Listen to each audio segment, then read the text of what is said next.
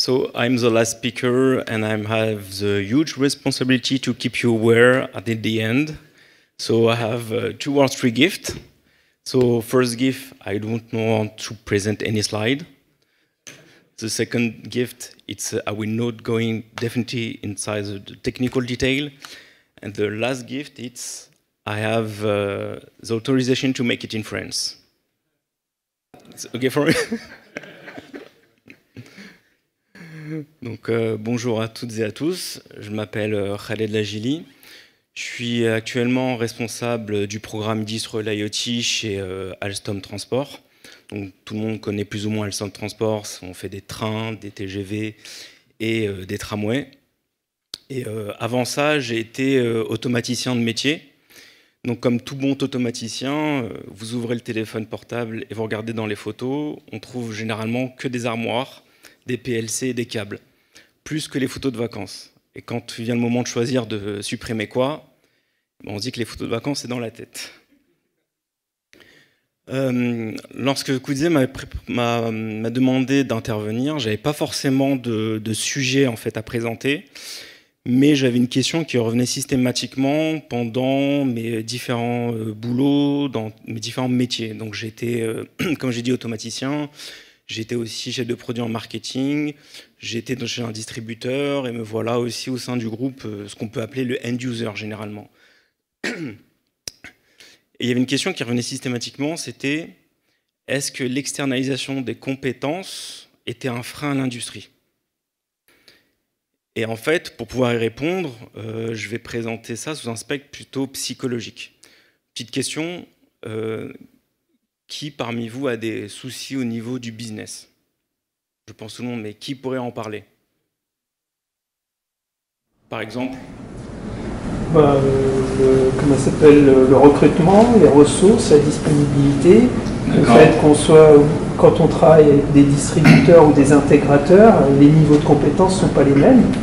Et donc effectivement, on n'a pas les mêmes niveaux de qualification, par exemple entre l'équipe de dev, d'intégration et l'équipe produit. Non, voilà. Non, mais le sujet, je pense qu'il est récurrent pour tout le monde. Ouais. C'est-à-dire que dès qu'on commence à travailler avec des groupes, des entreprises, ils ont une certaine organisation. Initialement, c'était des petites structures qui intégraient tout l'équipe de dev, donc elle était très proche avec le produit. Et après, dès qu'on commence à grossir, on a différentes strates. Et c'est là où on se rend compte que les niveaux ne sont pas du tout les mêmes. Exact.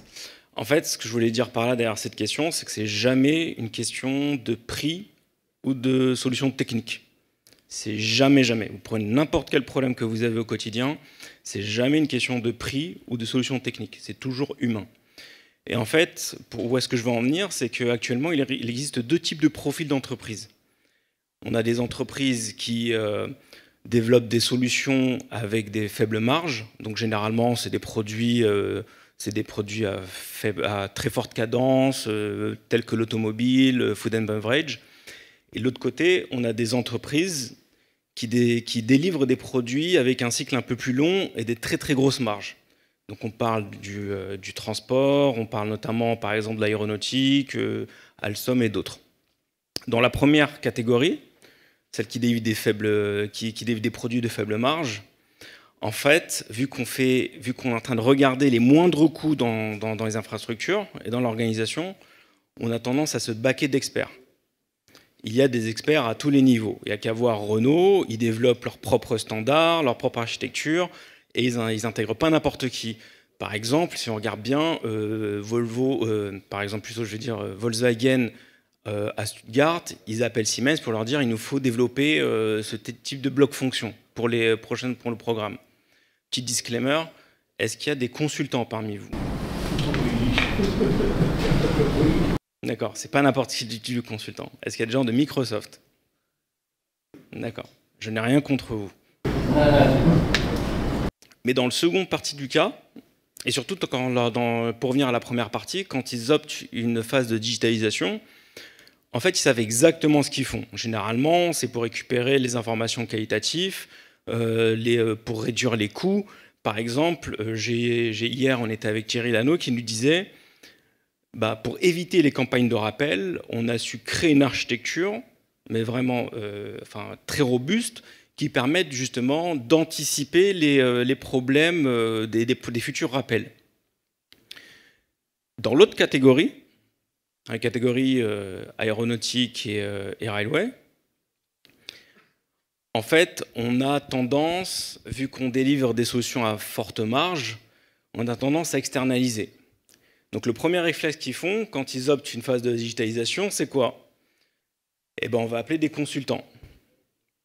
Parce qu'en fait, à l'intérieur, on engage des profils particuliers, c'est plutôt des chefs de projet, et non pas des compétences techniques pointues.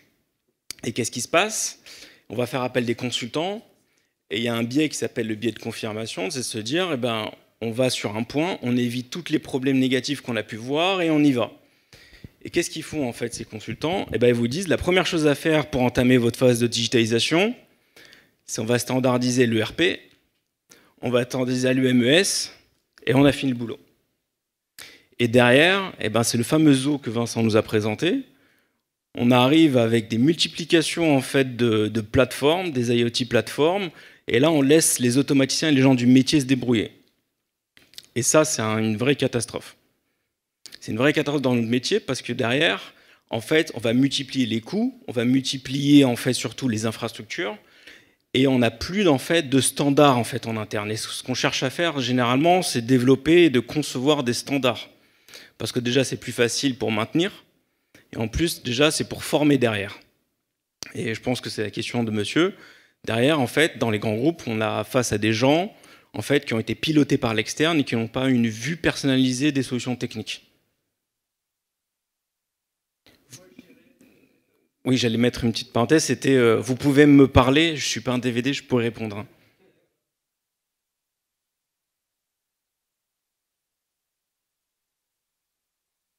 Mais pourquoi elles sont mal documentées? Parce que les gens ne savent pas en fait ce qu'ils font. Une majorité de personnes, les gens ne savent pas ce qu'ils font, parce qu'en fait, derrière, qu'est-ce qui se passe? Dans les organisations, en fait, on délivre les fortes marges, et en fait, on est sur un ordre de métier de 3-4 ans. Pourquoi? Parce que ces personnes-là se disent, au bout de 3 ans, moi, il faut que je graville un strat. Donc comment elles font en fait pour délivrer en 3 ans? Parce qu'on sait très bien que là on est avec des experts, en 3 ans on est capable de rien faire. En fait on va faire quoi? On va juste faire du test and learn, mais délivrer quelque chose de très robuste et standard, c'est pas possible. Sauf pour Romain, qui a fait un travail formidable. Jean Romain, je veux dire. Donc qu'est-ce qui se passe? On fait appel à des consultants qui, eux, vont nous appuyer, ils vont nous dire, voilà, je vous ai délivré quelque chose, je vous ai délivré les slides, vous pouvez les présenter, c'est un bonus, 2 ans, on passe au niveau d'au-dessus. Et qu'est-ce qui se passe, le gars derrière? En fait, il va devoir refaire le même travail. Et donc ce qui fait qu'en fait, on arrive sur un serpent qui se mord à la queue, en fait, ça ne sert à rien. En fait, on arrive à construire des concepts. Et c'est comme ça que ces sociétés-là, justement, en fait, échouent dans leur phase de digitalisation. Et en fait, il y a aussi ce qu'on appelle, c'est toujours un même biais, hein, que l'humain, il a tendance à copier ce qu'il connaît déjà. Qui pourrait me dire l'usine qu'on essaie de copier au mieux? Non, non, Tesla aussi, c'est un vrai... Non, c'est le corps humain. En fait, encore une fois, l'humain, il s'inspire ce qu'on appelle le biomimétisme de ce qui se passe dans la nature.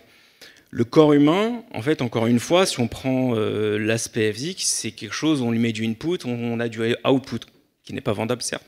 Mais bon, c'est une machine de transformation, l'humain. Si on faisait l'analogie, en fait, avec l'ERP et le MES, on aura tendance à dire que le système de planification, en fait, c'est où? C'est au niveau du cerveau. Et depuis peu, en fait, les études d'Harvard ont montré qu'il y a un lien entre le système digestif et le cerveau. Pourquoi? Parce qu'actuellement, le système digestif, par exemple, comme la maladie de Parkinson, on a tendance à penser que c'est une maladie cérébrale et on se concentrait que sur ça. De plus en plus, les spécialistes ont une vue plus holistique, en fait, de la santé. Et on s'est rendu compte qu'en fait, pour guérir et entamer non pas des études, mais des essais médicamenteux pour contrer la maladie de Parkinson, c'est avec les enzymes du niveau digestif. Vous savez qu'on a un deuxième cerveau également. Qui est où? Comment? J'entends. Ouais. Et pourquoi on l'appelle le deuxième cerveau? Exactement. Parce qu'en fait, il y a ce qu'on appelle des neurones. Il y a des neurones qui se passent. Et en fait, ces neurones communiquent avec le cerveau. En fait, il y a des liens qui se font. Est-ce que vous voyez où je veux en venir après? Il y a des liens qui se font. Et en fait, pourquoi ces liens se font, et c'est essentiel, c'est pour maintenir l'homéostasie. L'homéostasie, en fait, c'est ce qu'on appelle l'équilibre de santé du corps. Donc si on revient à l'usine, notre fameuse usine, s'il n'y a pas ce lien qui se fait, en fait, notre usine, elle ne marche pas. Elle est complètement, elle est déréglée, en fait. Et encore une fois, parce que l'approche, elle se fait systématiquement par le système ERP-MES. Toujours par quel métier? L'IT. Parce que l'IT, en fait, pilote le métier. Alors que la logique des choses devrait être de piloter par le métier. Parce que le métier delivery, c'est ce qu'il fait. Et donc, quand on consolide le métier, on remonte la strate, c'est très facile après de standardiser ce qui se passe avec l'IT. Et en fait, on ne peut pas avoir cette approche si on continue à penser que l'IT, en fait, c'est celui qui va diriger les projets. Il faudrait que la psychologie, la mentalité, en fait, de cette approche devrait être que l'IT devrait être un support au métier. Ce qui n'est... C'est le cas dans l'approche, mais concrètement, en fait, ce n'est pas forcément le cas. Pourquoi? Parce que l'IT, il est copain avec quelqu'un qui s'appelle la finance, et la finance gère le budget, et c'est la finance qui va dire « Ah ben non, il faut gérer ça de cette manière-là ». J'espère que je choque personne. S'il y a des gens qui ne sont pas d'accord, il faut me le dire. Merci. Moi, j'aime ça. En fait, si l'équipe produit métier était très forte, elle aurait le pas sur la technique. Aujourd'hui, si nous, on fait appel à nous, les techos, c'est parce que l'équipe produit ne fait pas son job ou n'est pas très bonne. Dans quelle catégorie d'usine? Dans quelle catégorie d'usine? On va dire, si on parle du domaine médical, si on est dans le domaine du médical, c'est ça aujourd'hui. C'est qu'en fait, on a une faiblesse au niveau côté métier. Et donc, du coup, on essaye de trouver des solutions. Les solutions, on essaye d'un point de vue technique. Mais la santé, le médical, la science, ça ne s'invente pas. Par exemple, chez Renault, quelle aurait été votre approche chez Renault? Déjà, d'identifier, on va dire, les leaders, on va dire, côté métier. Ça serait la première chose Donc les experts. Les experts métiers. Métier, on est bien d'accord, métier. Parce que finalement, si on a des experts métiers et qu'on est moyennement techniquement, on peut toujours sortir quelque chose. Depuis tout à l'heure, je parle que des experts métiers. Ouais. Mais voilà. Je ne parle absolument d'aucun autre expert que des experts métiers. Et c'est pour ça que je dis que l'approche doit se faire par le métier. Oui, c'est pour dire que je parle systématiquement de l'expert métier. Et en fait, pourquoi je veux dire ça? C'est que même dans l'approche ISA 95 qu'on a pu voir, c'est même une approche qui est sociétale en fait. On a toujours le patron, le middle management et les opérateurs. Et en fait, dans cette approche, on voit que les opérateurs, pour communiquer quelque chose, ils sont obligés de passer par différentes strates. C'est quelque chose d'obsolète.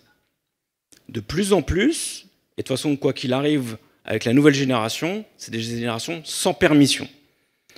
C'est des gens qui doivent communiquer directement avec le décideur, directement avec la strate au-dessus, sans passer par différents types de couches. Et en fait, c'est ce qui va arriver de plus en plus. Et dans cette approche-là, en fait, c'est un peu la philosophie de ce qui vous a été présenté jusqu'à maintenant. La philosophie un peu MQTT et Unified Namespace. C'est de se dire que on regroupe toutes les informations dans un même endroit et chacun peut communiquer comme il veut en fait. Mais pour cela, il faut que chacun ait le même discours, le besoin de formation. Alstom a failli justement presque à cette transfo. Qu'est-ce qui s'est passé? Et c'est là que je vais vous parler un peu de mon job juste après. C'est que quand on a vendu la partie Alstom Power, l'IT s'est dit, on va faire un truc intelligent, c'est qu'on va monter une IT from scratch. Donc on a une IT qui est vraiment neuve et très... Mais par contre, on a délaissé le métier. Donc le métier, on a de très bons experts process, mais on n'a quasiment pas d'automaticiens. Donc comment pouvez-vous alimenter, une fois que vous avez bien standardisé votre ERP et votre MES, comment vous pouvez l'alimenter si vous n'avez personne au niveau du métier, des experts métiers, des automaticiens qui puissent câbler en fait avec ce qui se passe là-haut. En fait, vous arrivez à rien faire.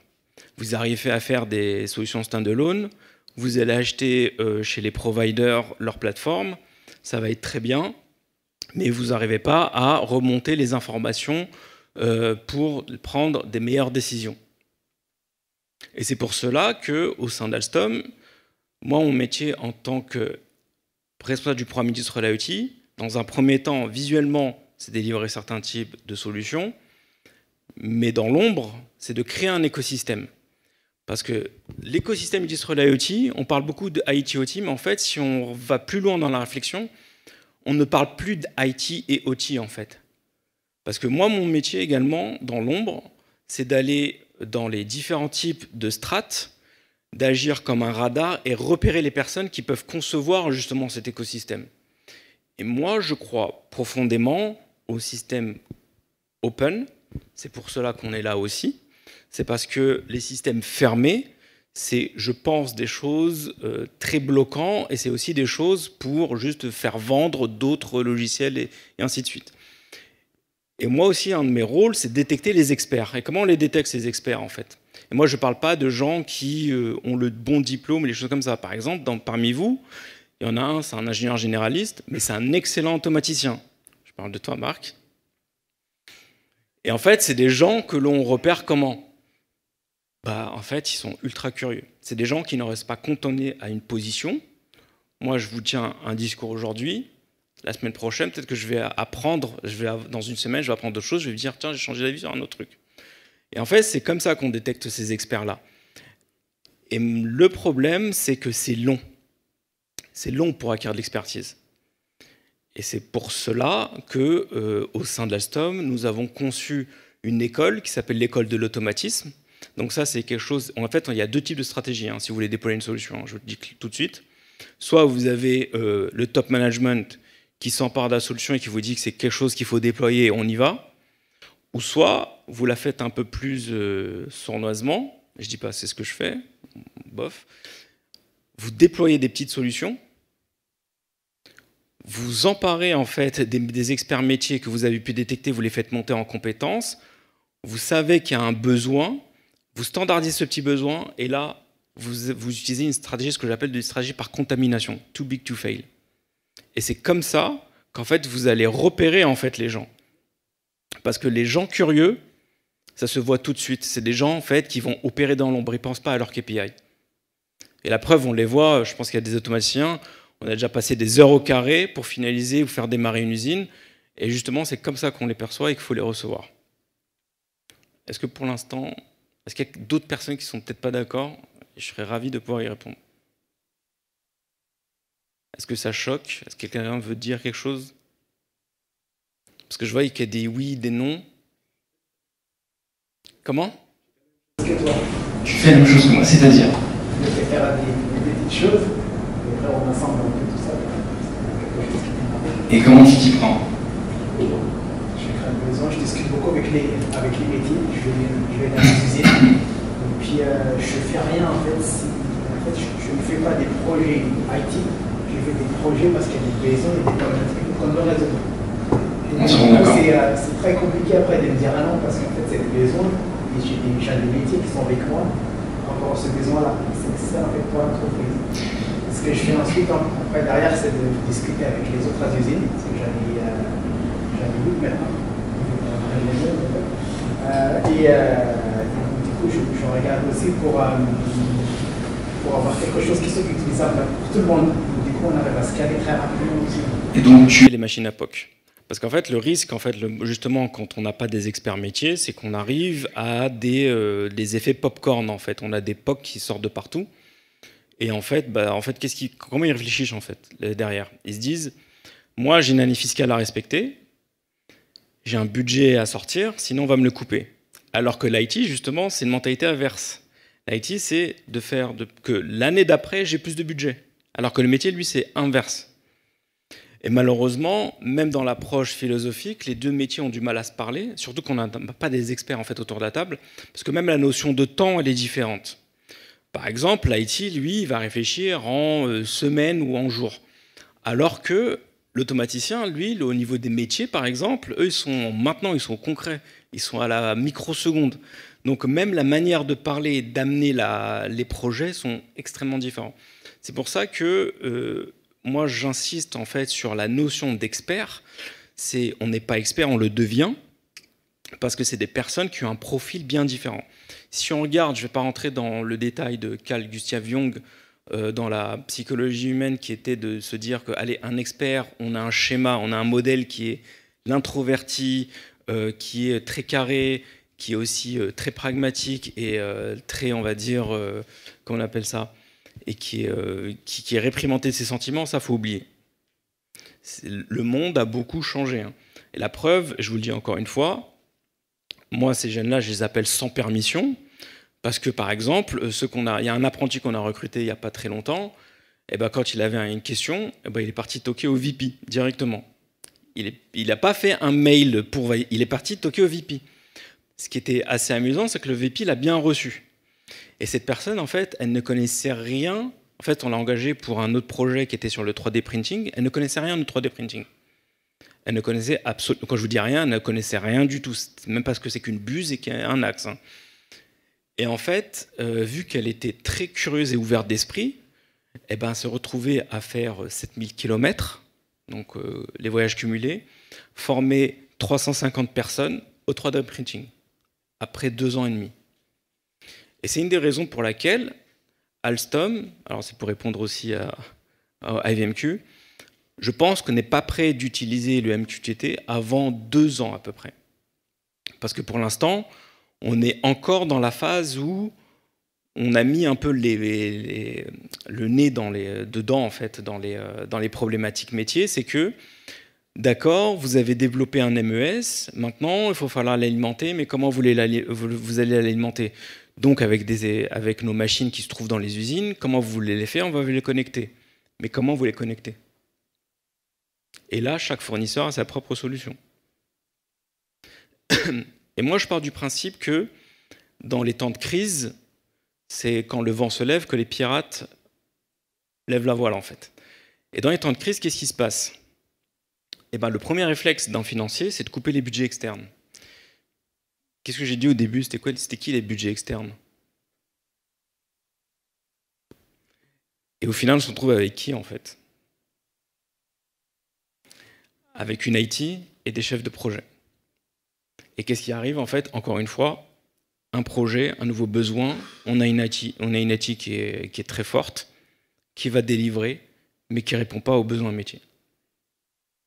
Donc moi, je suis entièrement convaincu, et c'est ce que j'aime bien dans le domaine de l'expertise, c'est qu'en fait, les experts, ils ont un profil humain qui est vraiment, qui est vraiment hors norme, dans le sens où, en fait, quand vous les mettez tous ensemble, il n'y a pas forcément d'ego, en fait. Chacun va apporter sa pierre à l'édifice. Et en fait, même si, et les automaticiens l'ont très bien compris, hein, que le métier maintenant il venait d'eux, c'est qu'ils sont quasiment tous en freelance. Et vous mettez tous les freelances entre eux, il n'y aura aucune concurrence. Je ne sais pas si ce que je dis est faux ou pas. Il n'y a pas de concurrence. Parce que c'est en fait, les experts, notamment les experts métiers, en fait, ont cette réflexion qu'il faut faire avancer les choses. Et pour les faire avancer, il faut mettre un peu son ego de côté et réfléchir très long terme. Et chose qui est très dure pour un chef de projet qui, lui, son projet est de délivrer vite, avoir ses KPI et bouger de siège après. Je vois qu'il y a des oui et un petit peu de non. Moi, ce qui m'intéresse, c'est les noms. Moi. Et donc, c'est pour cela que moi, je suis convaincu. Alors, moi, je vous ai dit que l'intervention a été très courte. Moi, je suis convaincu d'une chose, profondément convaincu, c'est que le monde de demain, même si on sait que les entreprises n'auront pas le choix que d'engager des freelances, auront intérêt à les chouchouter pour les fidéliser, parce qu'on ne pourra rien faire sans l'expertise. Et moi, c'est quelque chose, je suis convaincu. Je ne sais pas si c'est le cas également pour vous, mais moi, c'est quelque chose, et notamment dans l'esprit communautaire. Depuis tout à l'heure, on en parle, sans le dire concrètement, mais l'esprit communautaire, c'est justement l'événement de partage. Et c'est un peu ce que fait autour de la communauté IVMQ, d'utiliser des solutions open protocol, open source. Open source ne veut pas dire gratuit, mais des solutions open source. C'est parce que justement, ça ne fera qu'attirer justement des sachants. Parce que quand il y a du open source, il y a un truc qui est assez amusant, c'est que le marketing est très mauvais. Et quand le marketing est très mauvais, eh ben, les seules personnes qui peuvent le faire, en fait, qui peuvent projeter le discours et amener ce discours, ça ne se fait que par l'expertise. Donc c'est que les experts qui se parlent entre eux. Alors que quand on a une solution qui est fermée, une solution qui est bien rodée, bien fermée, là on peut développer du marketing, du sales, et là on se fait attraper. Bien évidemment, leur cible, c'est pas forcément des gens comme Renault, mais leur cible, c'est des gens comme Airbus et Alstom. Parce qu'on se dit, ah, eux, c'est des sachants. Mais pourquoi? Parce qu'on renvoie l'image du costume-cravate qui sait et qui peut nous aider. Faites un exercice très simple, tapez sur Internet Google Images, automaticien, et tapez informaticien. Le décalage est énorme.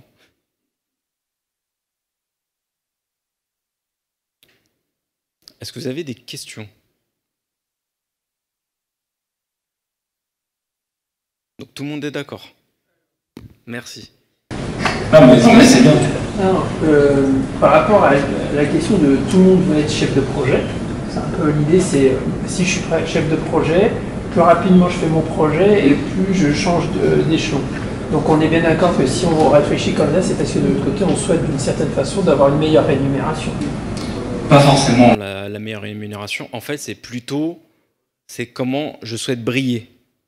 Parce qu'en fait, c'est jamais... Moi, c'est quelque chose que j'ai appris, c'est que, par exemple, je ne sais pas si vous avez des employés, mais quand vous faites une augmentation à un employé, c'est statistique, hein, il est satisfait 1 mois.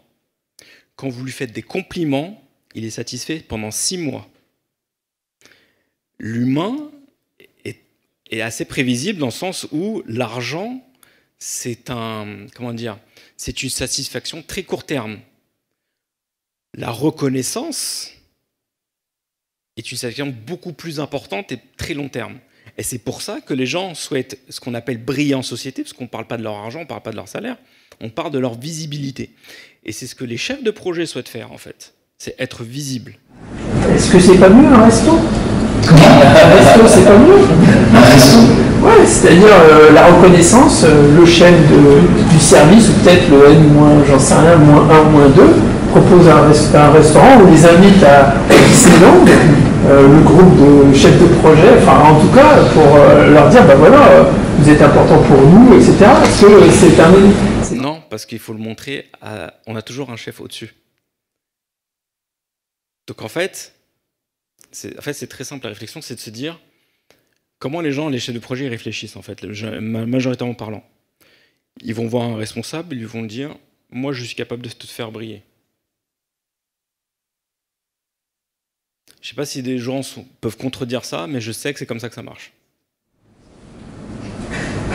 Ok, c'est une question, donc on est toujours sur la partie de l'ego.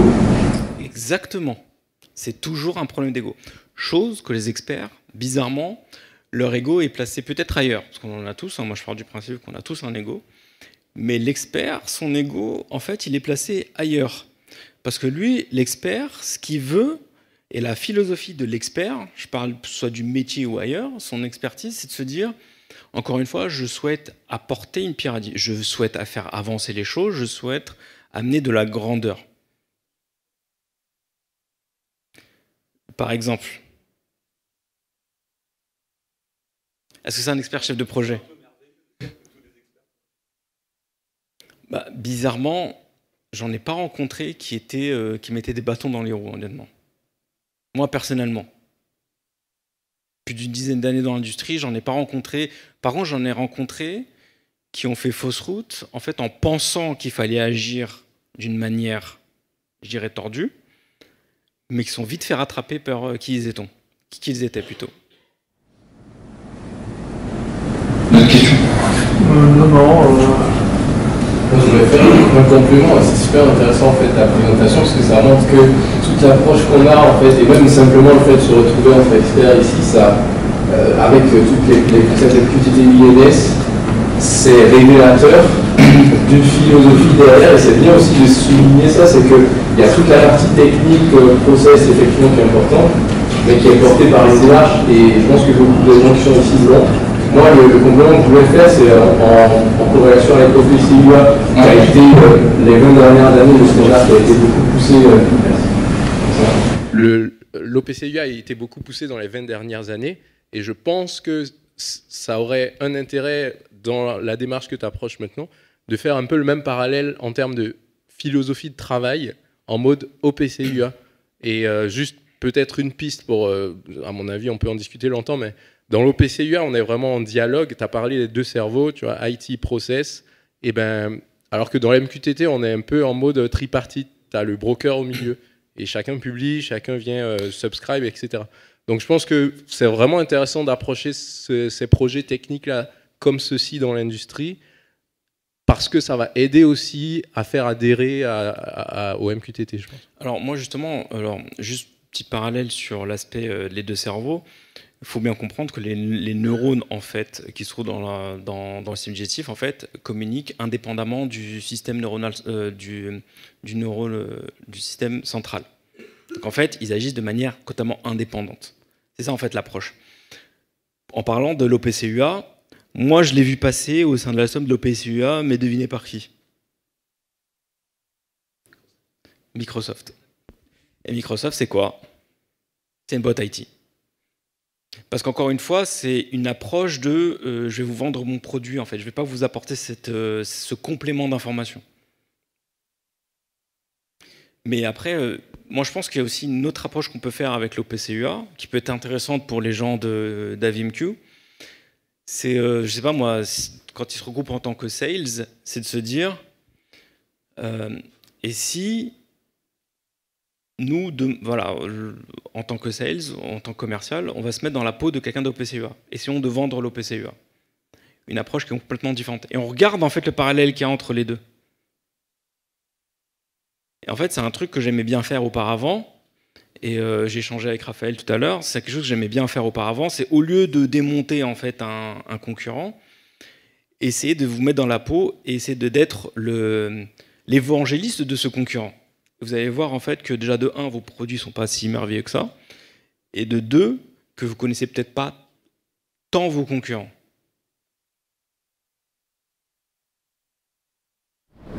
Je sais pas, on a dévié comme ça en fait. Ça m'arrive, je suis très rarement on peut y aller. Je voulais devoir faire une question en anglais. Ok. Yeah, I wanted to ask about Alstom.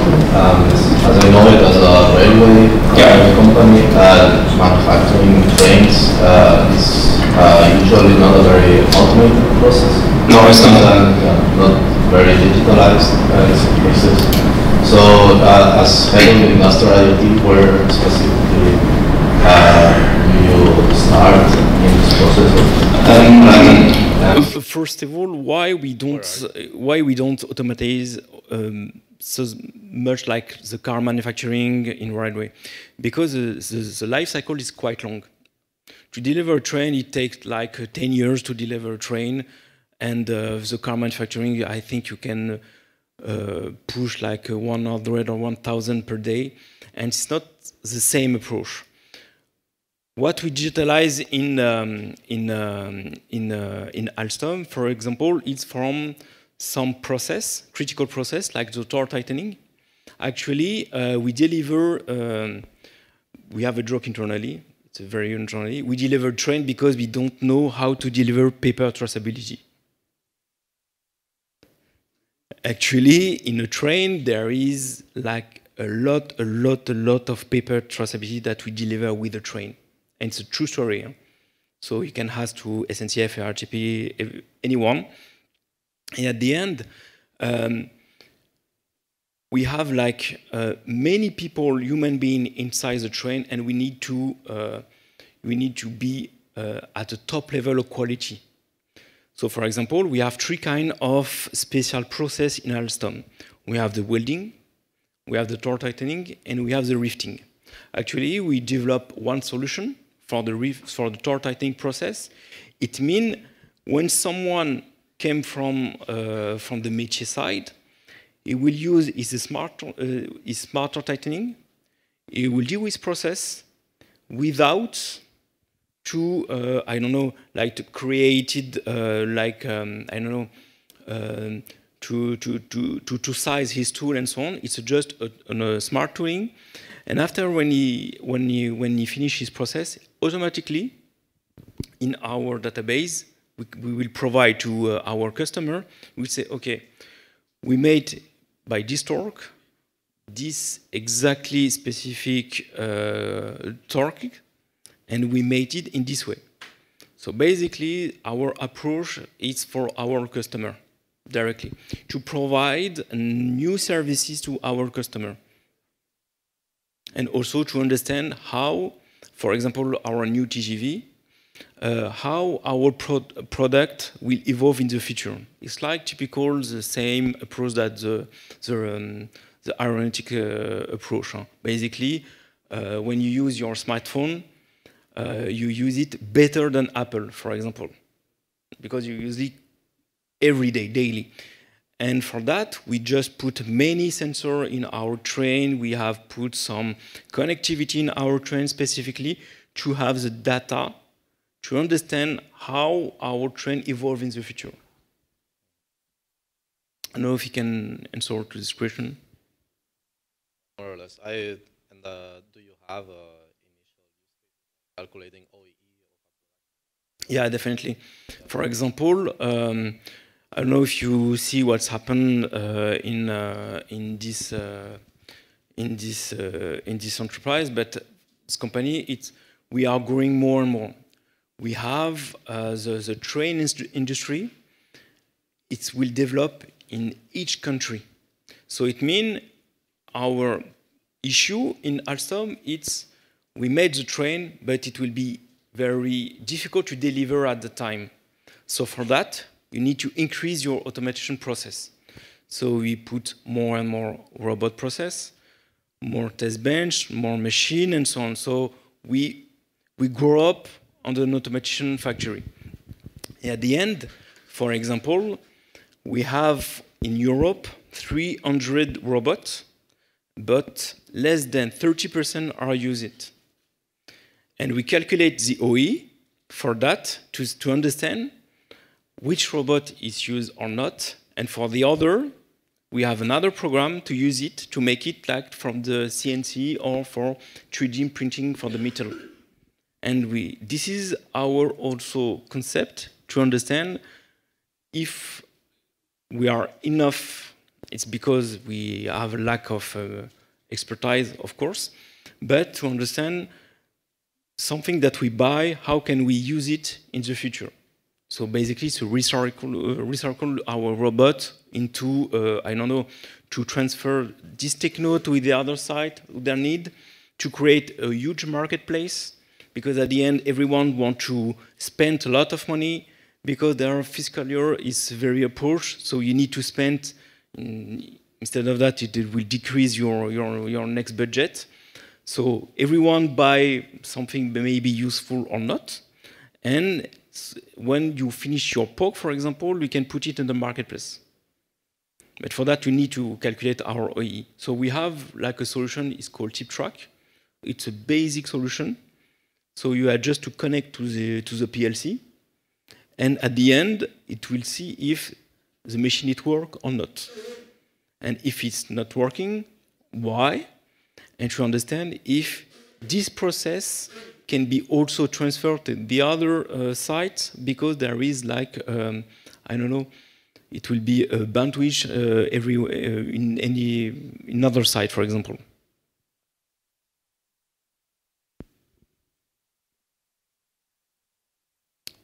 Maybe other question?